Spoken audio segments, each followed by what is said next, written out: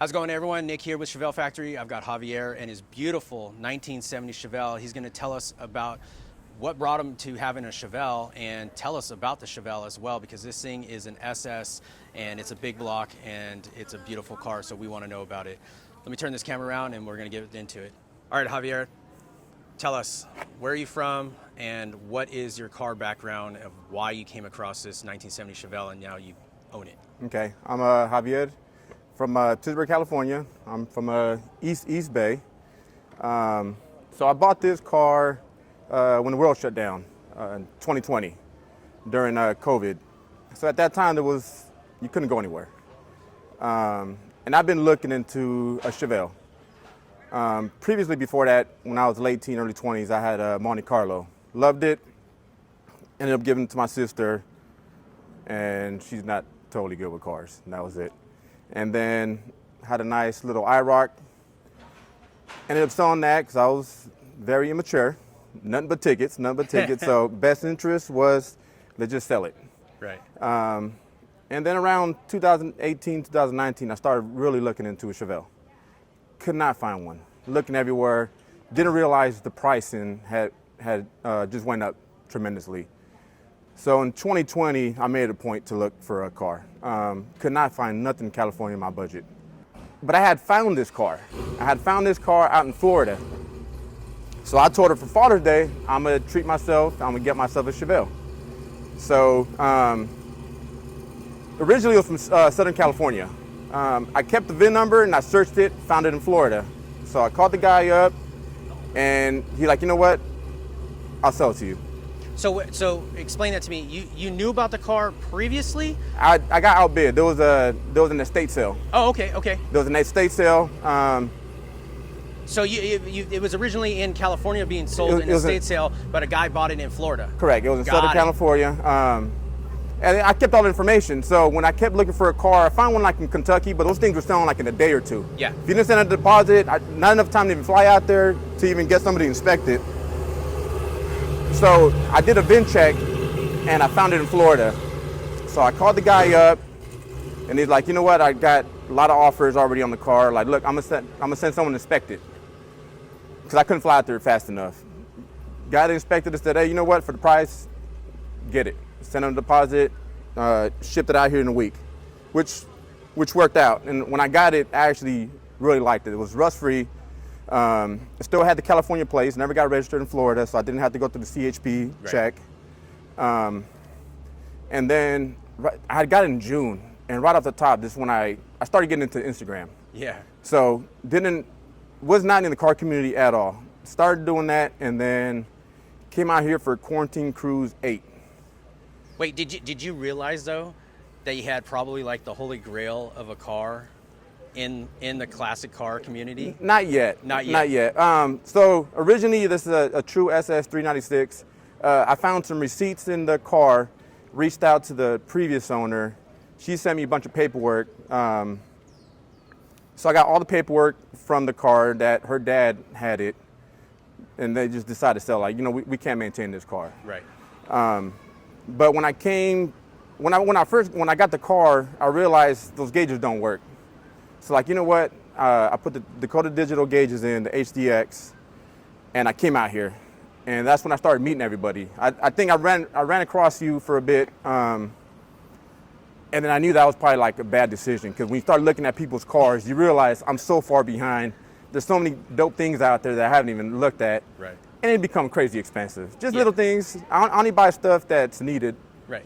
If it's not broken. None of this is the need. It's really what you want. So you start seeing everything that you want, because it just snowballs. Yeah, and that's the thing. Like, oh man, people like, oh, you should do this, do that, which I don't. But I like hearing the input, and just all the stuff that's available out there. Right. On the Chevelle, you could just get anything shipped within a day from Summit and just anywhere. They're all doing custom stuff. Can I ask you? Yeah.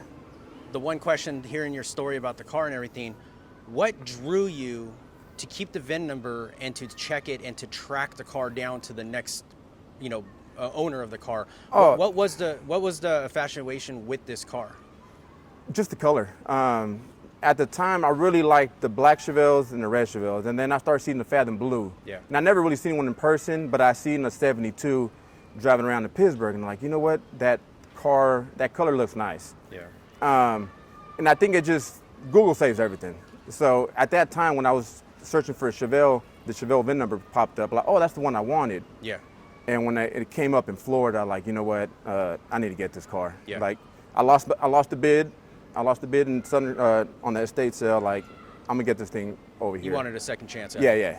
And at that point, just didn't even haggle, just whatever he wanted, which was great. Because now, looking back on it, I think I got a good deal. Yeah. So really, you were drawn to this color. Correct. And it was just what you were after, and Yeah. finding another one like it, because you don't find that many Fathom Blues with white stripes, you know. And Fathom Blues are hard to come by, period. Yeah. Let alone white stripes. A lot of times they're black stripes, and there's other, you know, combinations and whatnot. So that's I understand. Correct. And I'm not too mechanical. Like, I could work on stuff, but I know if you wanted to build a car between time and material, it's gonna be years. It's gonna be a lot of money. Yeah. Probably headaches, probably relationship. Right. So I actually wanted a car almost already done. Yeah. And I got this one, had the 454 big block. It actually bored out to a 468. I only got a few engine specs. I wish I had the cam, because that's what everybody always asks me, like, oh, what cam do you have in it? Sounds good. And then it's got the TH400. And after coming here to that quarantine cruise, I ended up met a guy named Doug. He's got a Camaro. And he talked me into the gears vendor. And since the Bay Area is all freeways, just to get to any car events or just to dinner, I ended up putting the gears vendor in, getting that fourth, just basically like an overdrive. Yeah. And now my car's not screaming on the freeway. So what was it? What was the RPMs on the highway at like 60, 65 before? It was like, oh what, man, like 3,500 RPMs, yeah, 3,500. 34. So And now I could do 80 and be doing about 3,000. And now? Yeah. Yeah, so about 65, you're about 30 to 35 in 35, RPM yeah. before, and then what about 60, 65 now? What are you sitting at in RPM? Oh, I'm in the probably 26. Wow. But I drove the Tahoe about 3 hours, and I drove at 3,200 RPMs all the way up there, no problems with the car. Yeah. And I gotta give you props. One of the main reasons why I wanted to do a video on your car is because I know you drive it. Yeah, I like driving it. You drive it. This is a daily driver. I always go to my mom's, go get my coffee. She still likes that Folgers instant coffee, so I go over there and I get wired. No, I pick up the fan. We just go everywhere with it. It's a daily driver, and that's stuff I like to do with it. I don't like to sit in the garage, and I think that's why it became reliable. Keep driving it, you start hearing noises, you start hearing stuff. Everything stay lubed, and it just never sits. The only time it sits is if you just go out of town. Yeah. Or it's 100 degrees. I'm not driving it. I don't got air conditioner in the car. Not yet. See, there you go. That's why I don't like coming out here. It gets expensive. All right, let's pop the hood. Let's check out this engine.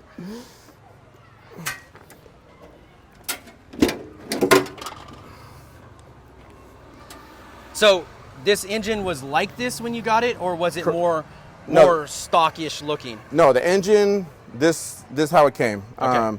I did put in aluminum radiator with fans. That was from the quarantine cruise. When I started checking out Chevelles, I seen everybody was running this. Now So you had a manual fan before? Correct. Yeah, and you ditched that and went to the... So now I'm sitting around 180, 185 the whole time, even when it's 95, 98 degrees outside. Yeah. It stays cool. I did end up putting Ride-Tech suspension all the way around with the coilovers. And let me ask you, with that Ride-Tech suspension and the coilovers, what's your difference on ride height? Because it doesn't look that different. So I wanted to actually lower it a little more, but I got long tube headers, and I'm scraping on the freeway. You look really classy and not far off from original. Yeah. It is a little bit lower, but I think it's very classy on how it looks. Yeah, I might just have like an inch and a half drop. I didn't adjust it more. I did want to go just a little bit lower, probably another inch, but I'm gonna have to probably redo the whole exhaust, get some mids. These long tube headers sound great. Got good horsepower out of it, but I think because how low they sit is yeah, kind of I think a pain drivability. To drive. Yeah. I'm gonna have to change it. Yeah. And the only reason I even did Ride-Tech is because the original suspension, if I give it any kind of gas, it just got sloppy. Yeah. I'd fishtail everywhere and loose.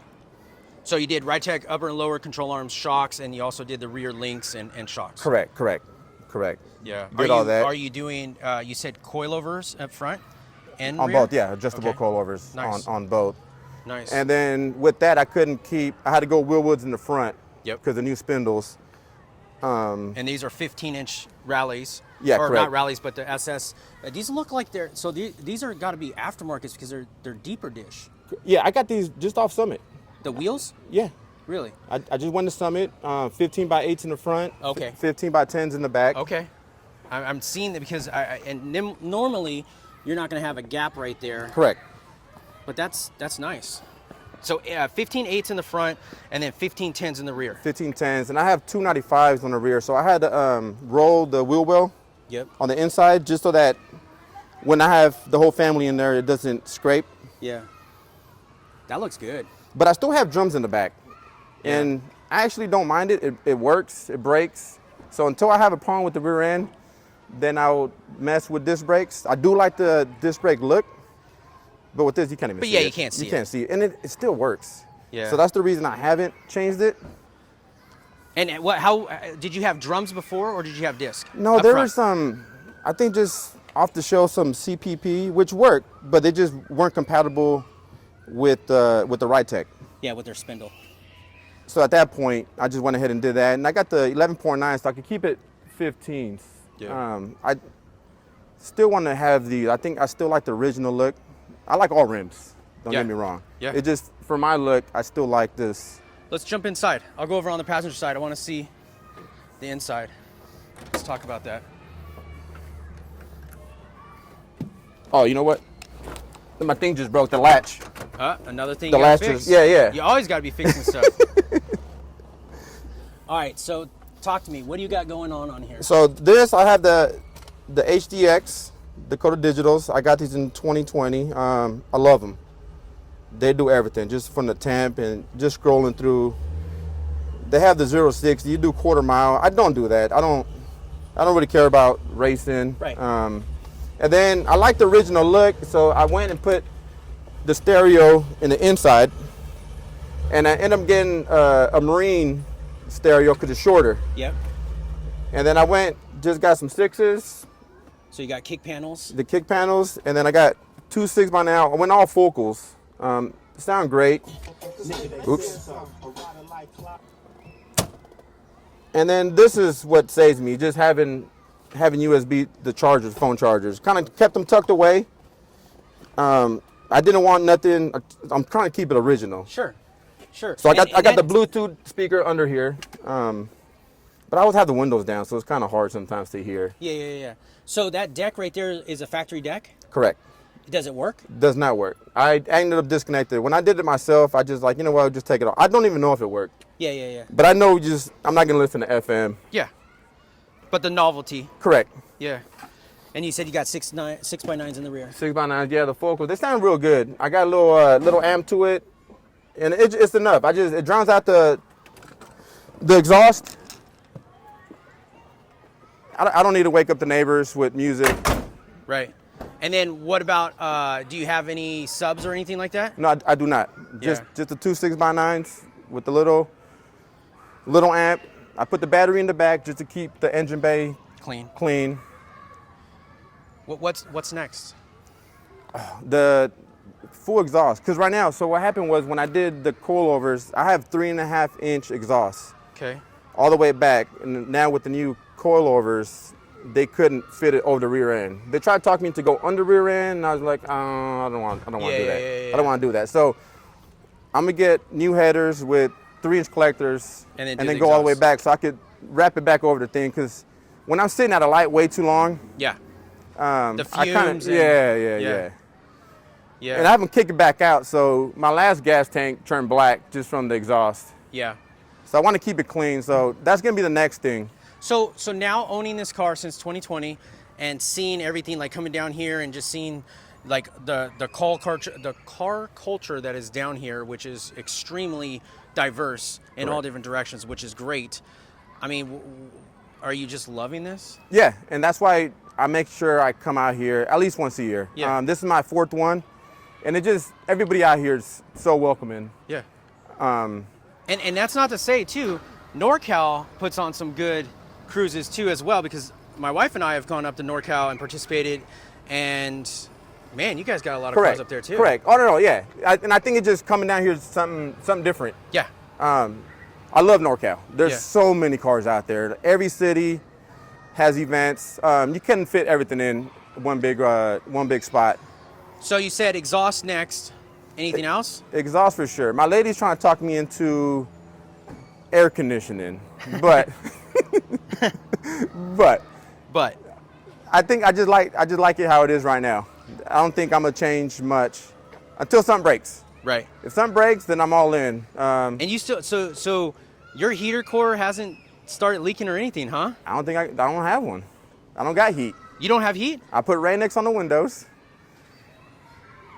Really? Yeah, I have no heat. So is Oh, there- double socks in the winter. Yeah? Oh, you know what? I didn't even notice. Yeah. I don't have it. I You don't don't have have a heater core. They deleted it. It's gone, So you absolutely have nothing. and it's fine. Look at you. Wow. Well, you do have the Smooth It firewall already, so you're already got that handled for the vintage air install. There you go. There you go. I don't want to say that too loud, otherwise your wife will hear that, huh? It's already it's that close. Now, Man, one this thing thing's nice. One thing I did change. I went with the Ring Brothers hood hinges. Yeah. The hood kept coming up on Yep. the front, and that's typical. And when I had my Monte Carlo, it kept doing it, kept adjusting it, and like, you know what? I'm just gonna go ahead and spend the money and get these installed, and I love them. Yeah, they start folding. Just the factory hint, they fold and they go down, and then what happens is you start getting it rubbing in this area. Correct. Yeah, that's what's happening to mine right now. I have hood hinges, brand new billet ones, sitting on my bench at home. I just haven't installed them yet. Yeah, and that's the thing. So when I had the original ones, when I start the car with the hood open, I started scraping on the Yeah. fender. And with these, they're rock solid. Yeah, They don't yeah. scrape at all. Yeah. Sweet. Well, has there been anyone that's helped you with the process of keeping this car on the road, maintaining it or upgrading it? Any shops or any friends? My buddy Rocky with Dream Creations, he helped me with the suspension. He helped me with some paint defects. It's still there, but he's been helping. He's big and he's had Chevelles since he was a teenager. Mm-hmm. He's still got a bunch, and I talked to him a lot. I talked to him. When I first got this car, I sent him a message and just like, "What do you think about this car?" He said, "Bring it, buy the car." So he helps a lot. and you drove this car down here. I actually did not drive it over here. Okay. My lady refuses to drive 6 hours. Plus, I brought the whole family, so Yeah. having the I- suitcases, the luggage. No, there's literally like I feel you. Like it's not enough space inside the car to accommodate a full family and luggage. Correct. Yeah, I don't blame you. But I did tell her if I come by myself, I am driving it down here. yeah, I'm- you and her or something like that without the kids might be. And I think I'm averaging around 8,000 miles a year on this car. Really? Yeah. Wow. And then I'm probably gonna meet up with everybody. They're all doing that Reno Hot August Nights. Yeah. I probably won't be able to catch up to that road to Reno, which looks fun, but they're so out the way. I'm probably just gonna meet them out in Reno. Okay. Well, Javier, I really appreciate you letting me check out your car. I've seen it multiple times and it's beautiful. I love it. I'm a big blue and white stripe 70 Chevelle guy myself. I seen it. I love it. And no, man, I'm props to you for having this car and you driving it and keeping it. I like the style that you're going with it. Everything that you're doing is just real classy and just the upgrades are necessities for today's driving. Correct. If you want to drive it, you need to do a couple of things, make it modern. Right. Well, man, I appreciate your time. Thank you very much for sharing your story. And we're going to be out cruising tomorrow and Sunday. Yep. See you out there. Thank you. All right, man.